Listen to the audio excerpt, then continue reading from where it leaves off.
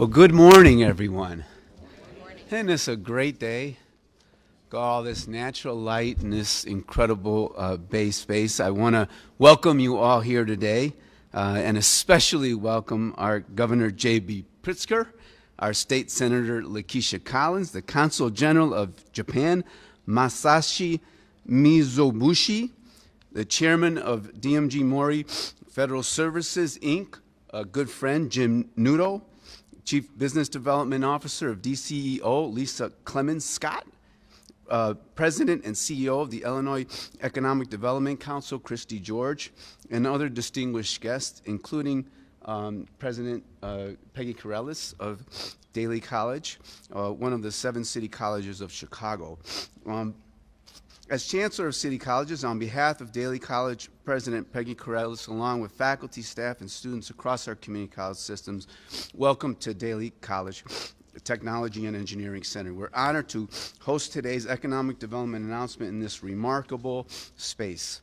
When Governor Pritzker and his economic development team approached us about the opportunity to build a partnership with DMG MORI, a global manufacturing leader, expanding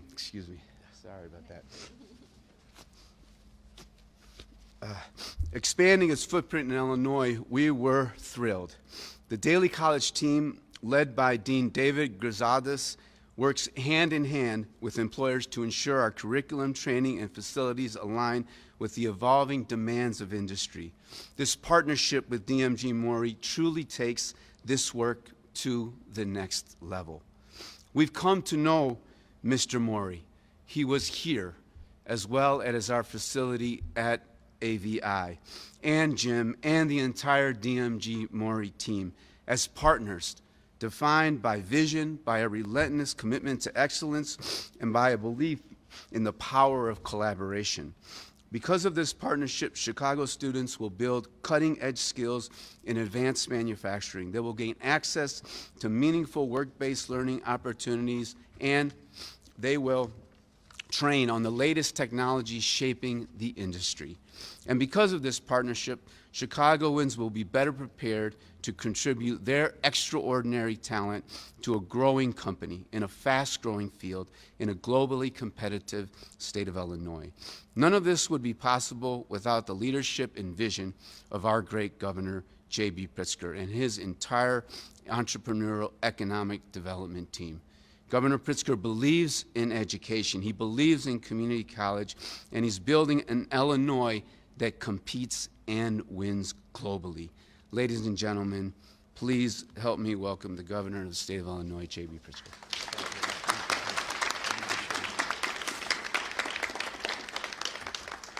Thank you very much, Chancellor, and it's always good to see you and, of course, the team here at Daly College.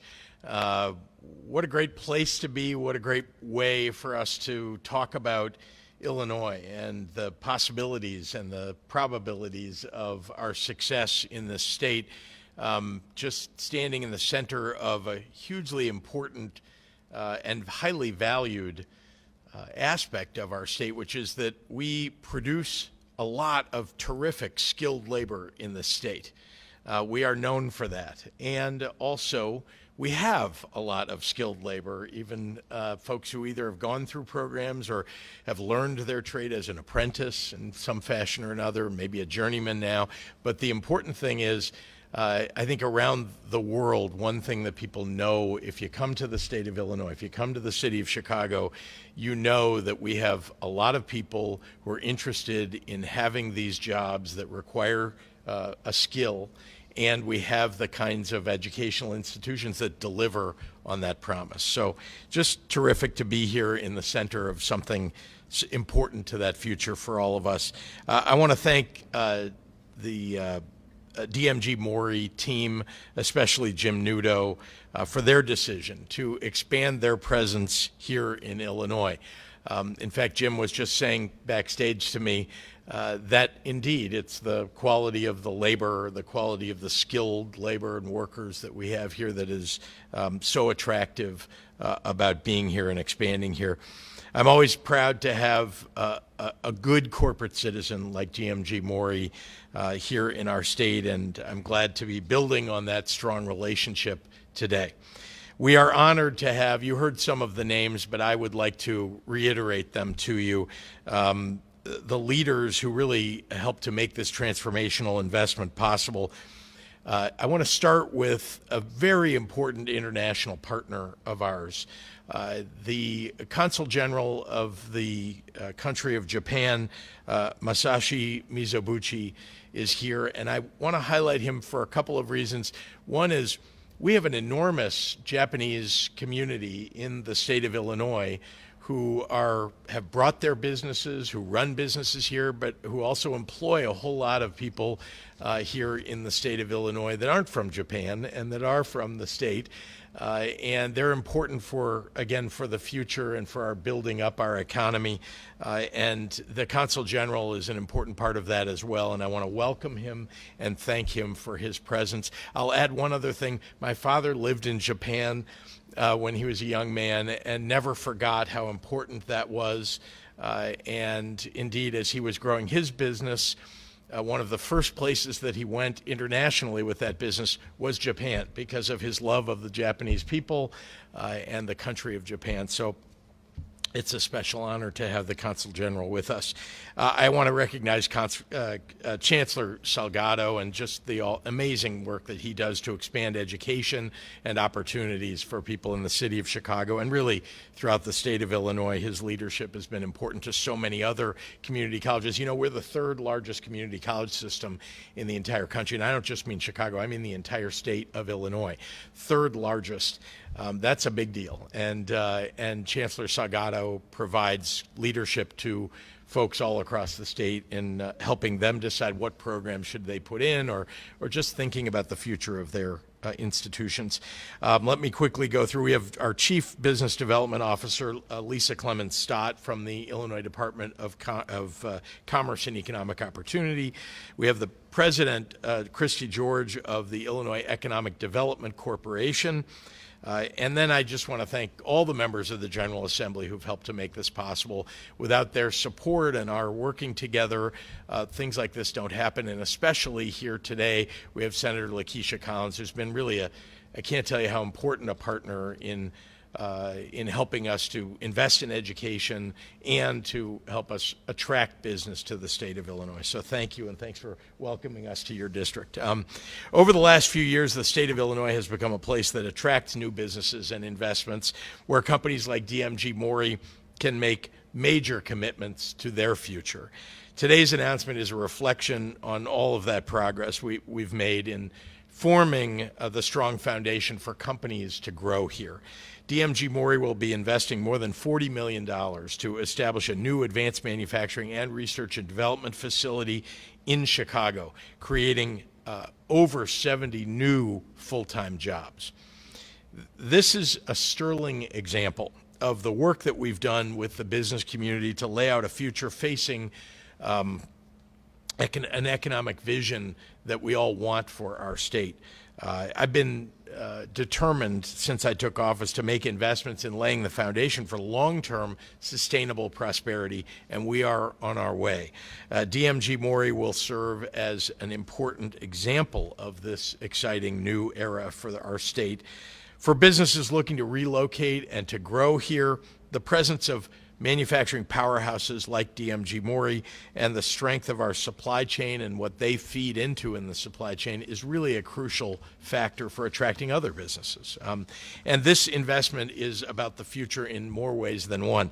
As part of their expansion, DMG MORI is collaborating with city colleges of Chicago to support workforce development initiatives that help meet the needs of advanced manufacturing employers. Not only are we creating the jobs of tomorrow, but we're preparing Illinoisans to fill them. So that's why I was proud that the state of Illinois was able to support this project through our EDGE incentive program.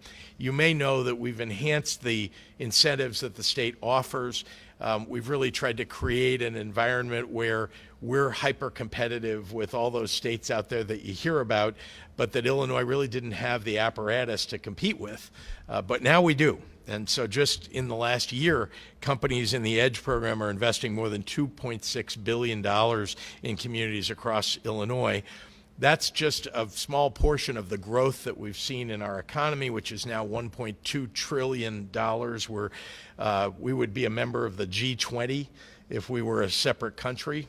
I'm not thinking about declaring independence yet, but but our economy is growing, and I'm proud of that. Those gains are more than just numbers on a spreadsheet, of course. They're being felt in communities across our state. They represent real opportunities for Illinoisans to get a good paying job, to provide for their families, to start a business, to build up their communities.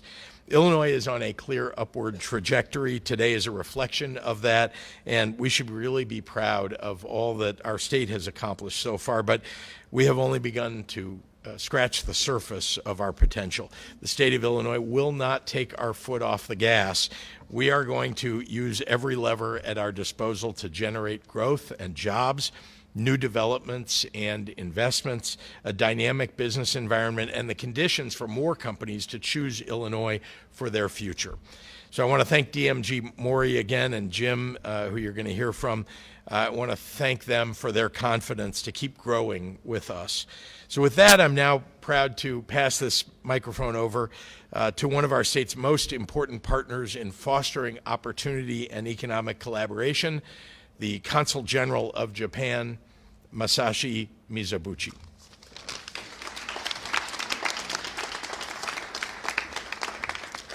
Good morning.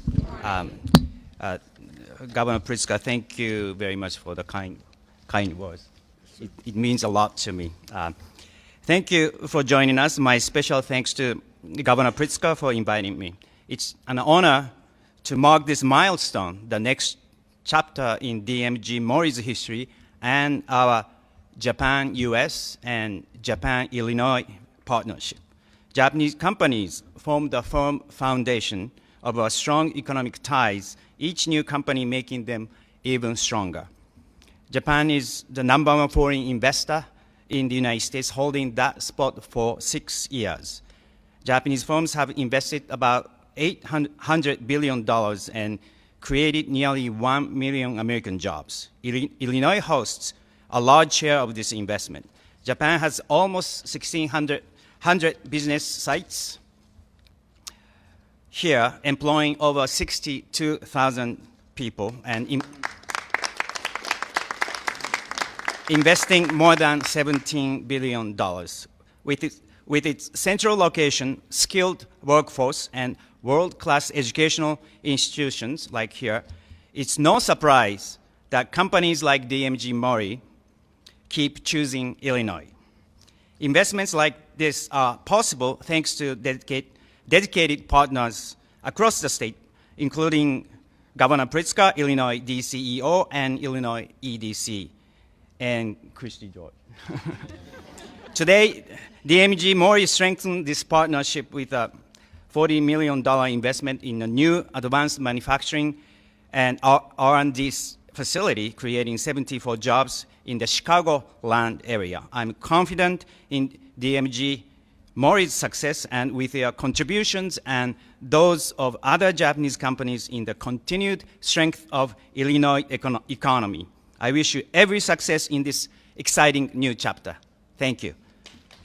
Now I'd like to introduce Chairman DMG MORI, Jim Nudo.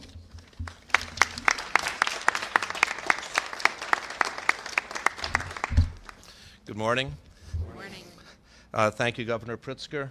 Thank you, Chancellor Salgado. Thank you, Mizobuchi Soryoji. Okay, so this. And to the leaders from the Illinois Department of Commerce, Economic Development, and Illinois EDC, as well as all of our other distinguished partners, guests, and friends gathered here for this exciting announcement. Today is an important milestone for DMG MORI and marks a special day for me personally. After having lived and traveled all over the world, Chicago is still home to me. I was born and raised on the south side of the city. Chicago has shaped my work ethic, my values, and my belief in what American industry can achieve when talent and opportunity come together. So standing here today, it's a fortuitous homecoming for me. DMG MORI is a global leader in advanced manufacturing. Simply put, we make the machines that make everything else. So all that stuff comes from from companies like us.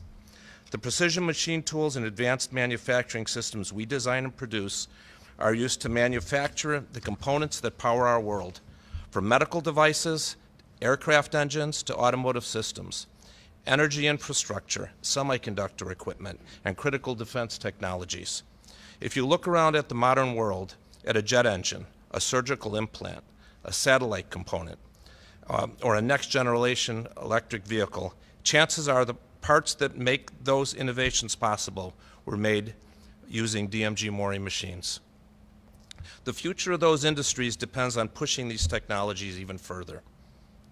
That's why we're announcing our investment in the DMG MORI Advanced Manufacturing and Innovation Center located in Chicago. This move marks a major expansion of our research capabilities and advanced manufacturing capacity that will spur innovation, economic growth, and domestic defense readiness. Advanced manufacturing integrates cutting-edge technologies, automation, robotics, digital engineering, and AI to produce parts with greater precision, speed, and efficiency.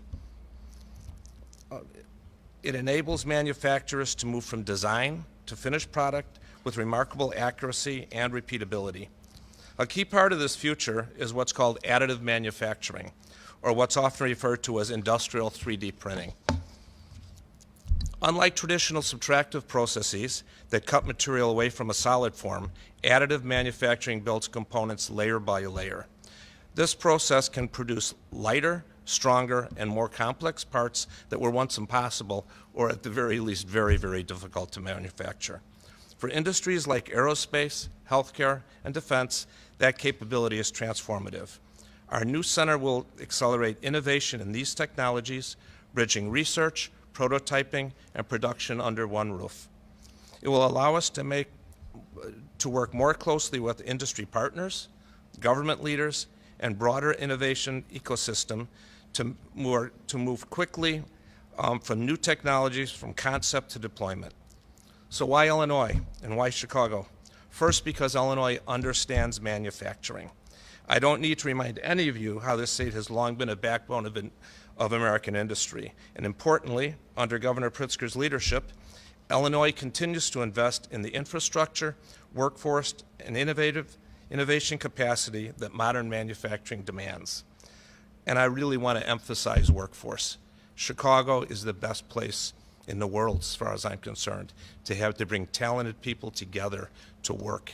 And it's all about jobs.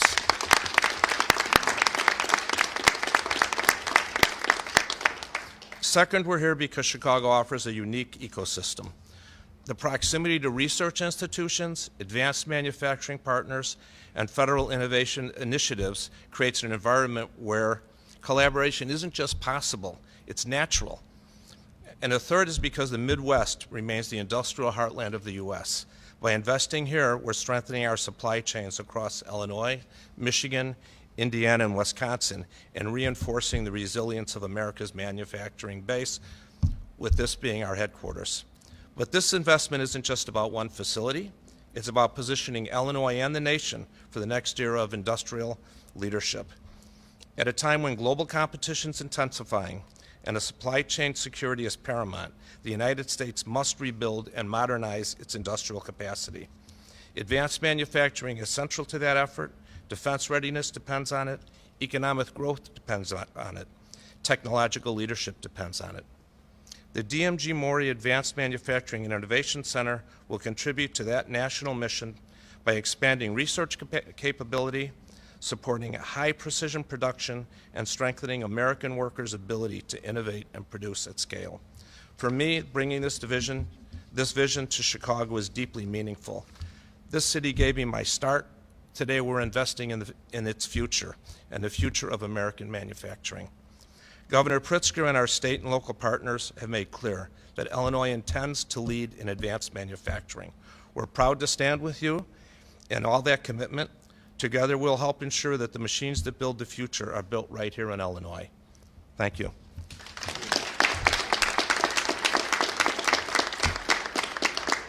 And if I could introduce Lisa Clemens, please.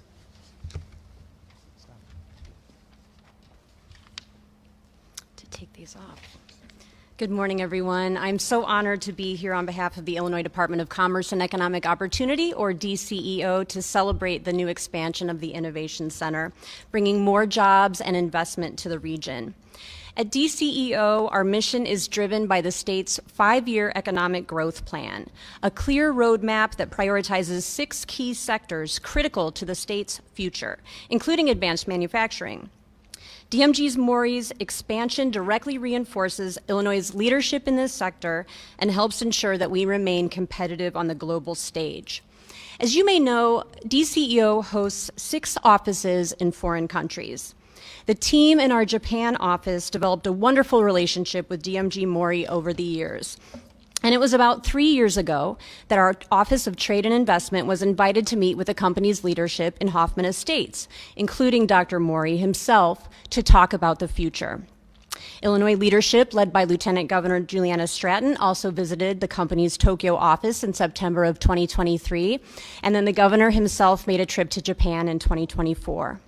And here we are today for this exciting announcement. This expansion, as the governor mentioned, is being supported by the state's Economic Development for a Growing Economy Tax Credit Program. It's also known as EDGE. We love our acronyms. It is one of the most impactful tools we have in our economic development toolbox. And when coupled with our world-class workforce, it ensures Illinois remains competitive when companies are deciding where to invest. Under the governor's leadership, Illinois has built a strong reputation as a hub for foreign direct investment and as a destination for corporate expansion and relocation. Today is a wonderful example of that strategic vision coming to life. Thank you for having me today. Now, I'm very happy to introduce my economic development partner and yours, the President and CEO of Illinois EDC, Christy George.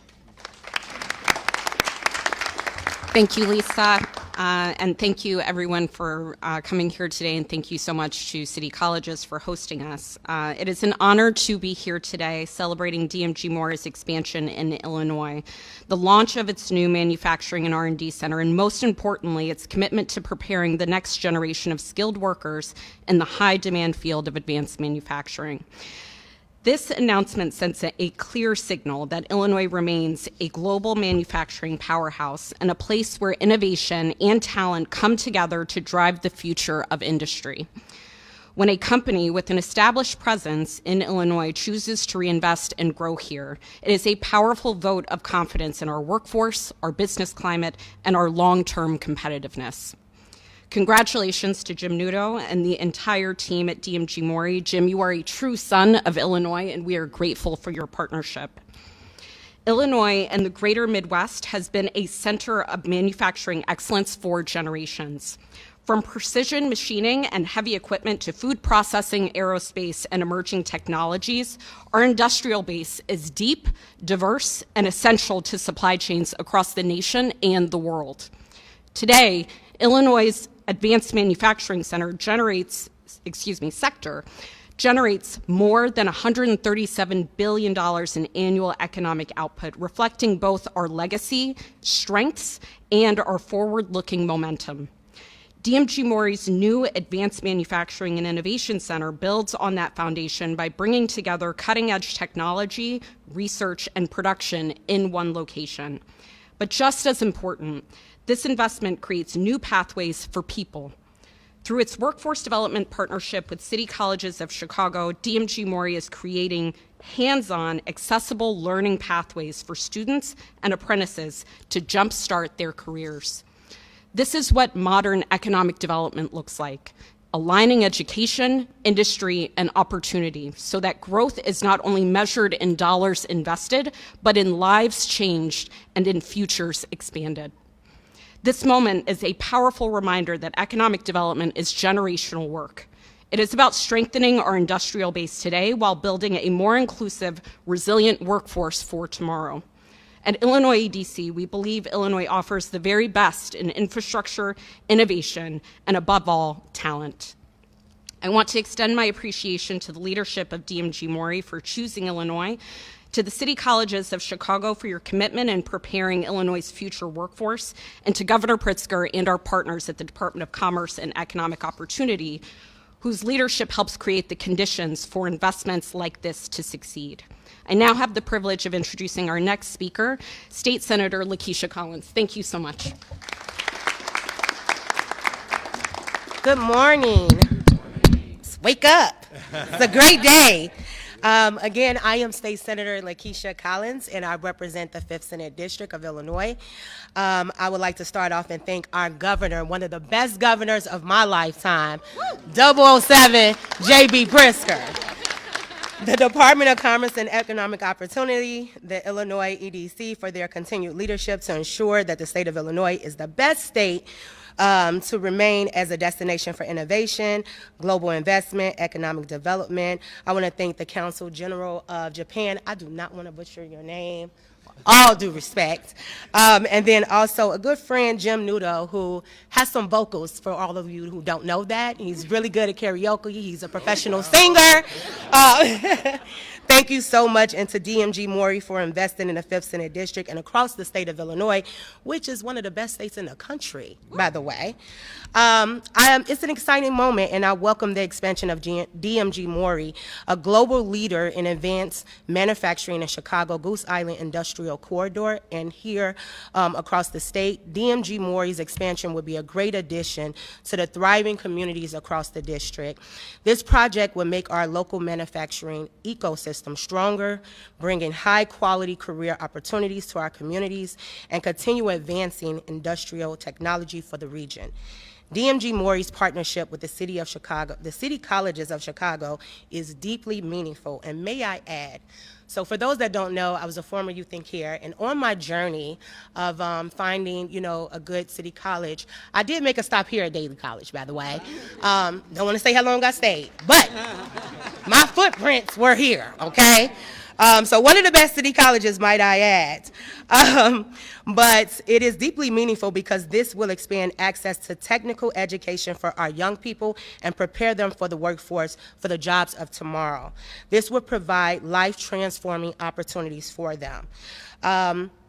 And I just want to say that I look forward to working with all of these great, amazing leaders, and it is so important that we continue to have these investments. And it wouldn't be possible without my colleagues, of course, in the General Assembly, having great leaders of our chambers in both House and Senate, and then having a really good governor who understands what investing in people means and showing up and actually putting his words into action.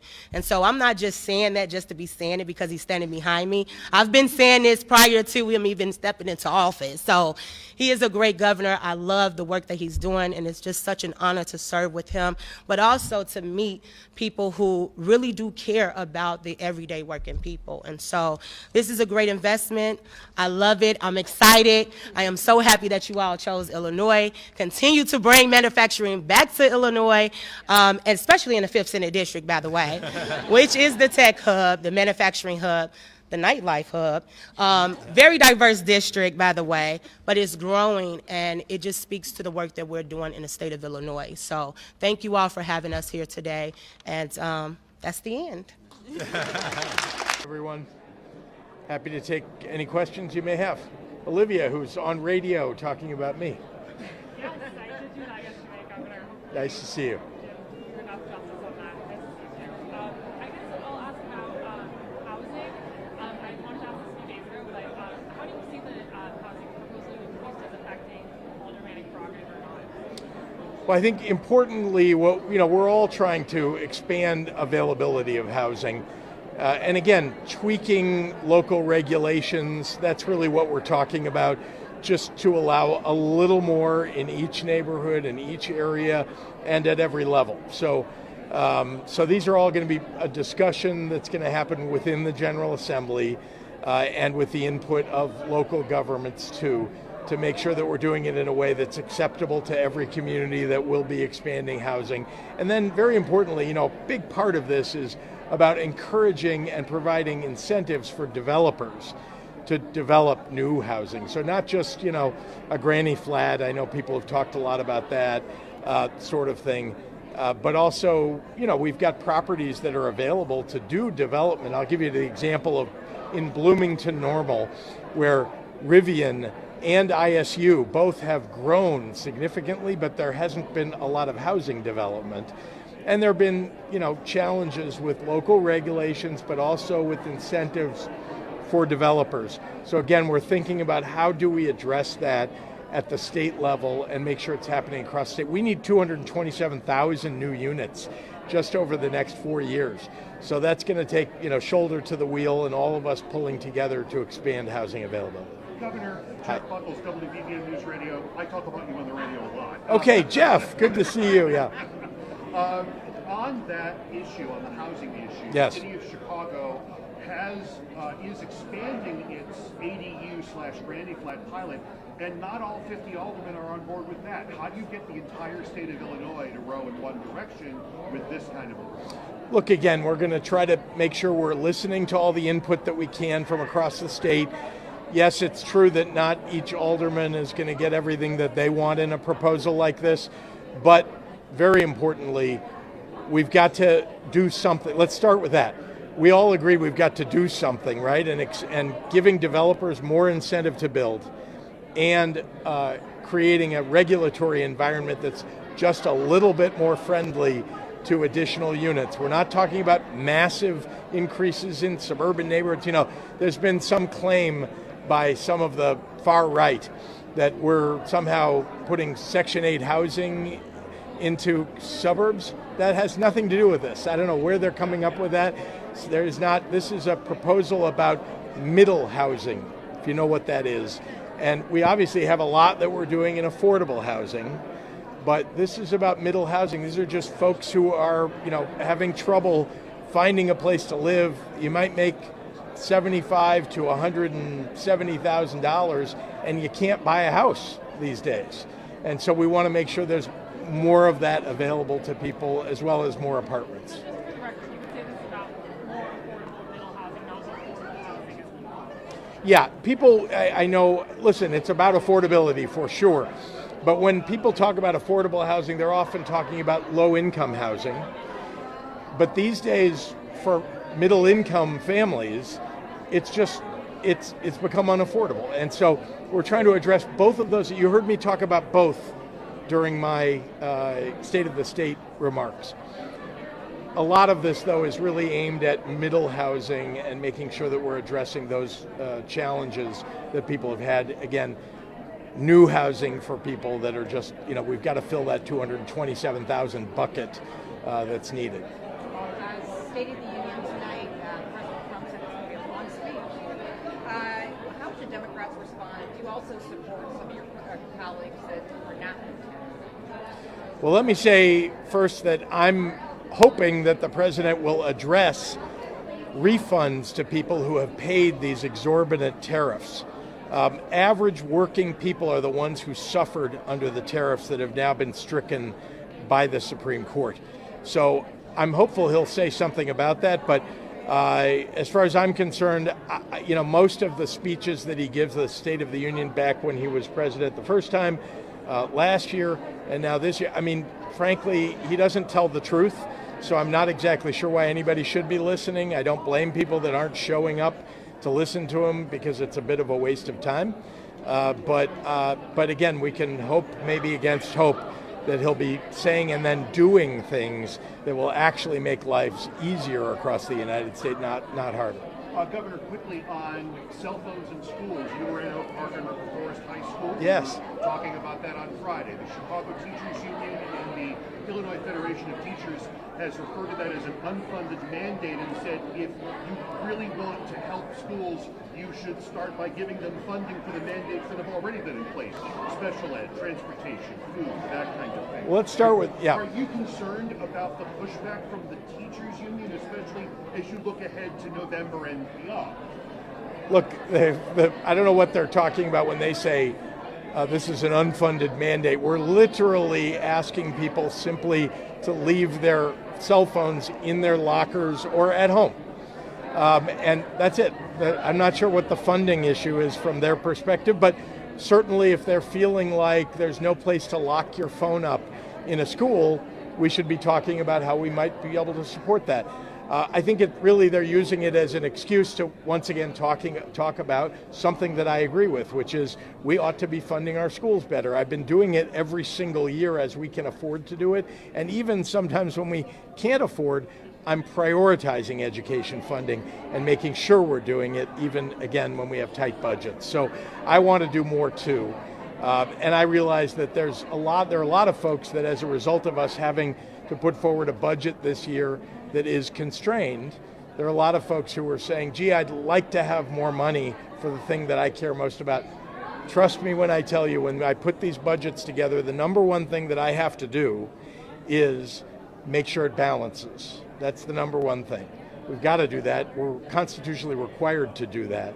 And then the question is, what can we do within the constraints that we're given that is about prioritizing? And indeed, if you'll look at really many of the things that I put forward, it is about prioritizing the needs of working families, of middle income families, of people who have been left out and left behind, of the most vulnerable.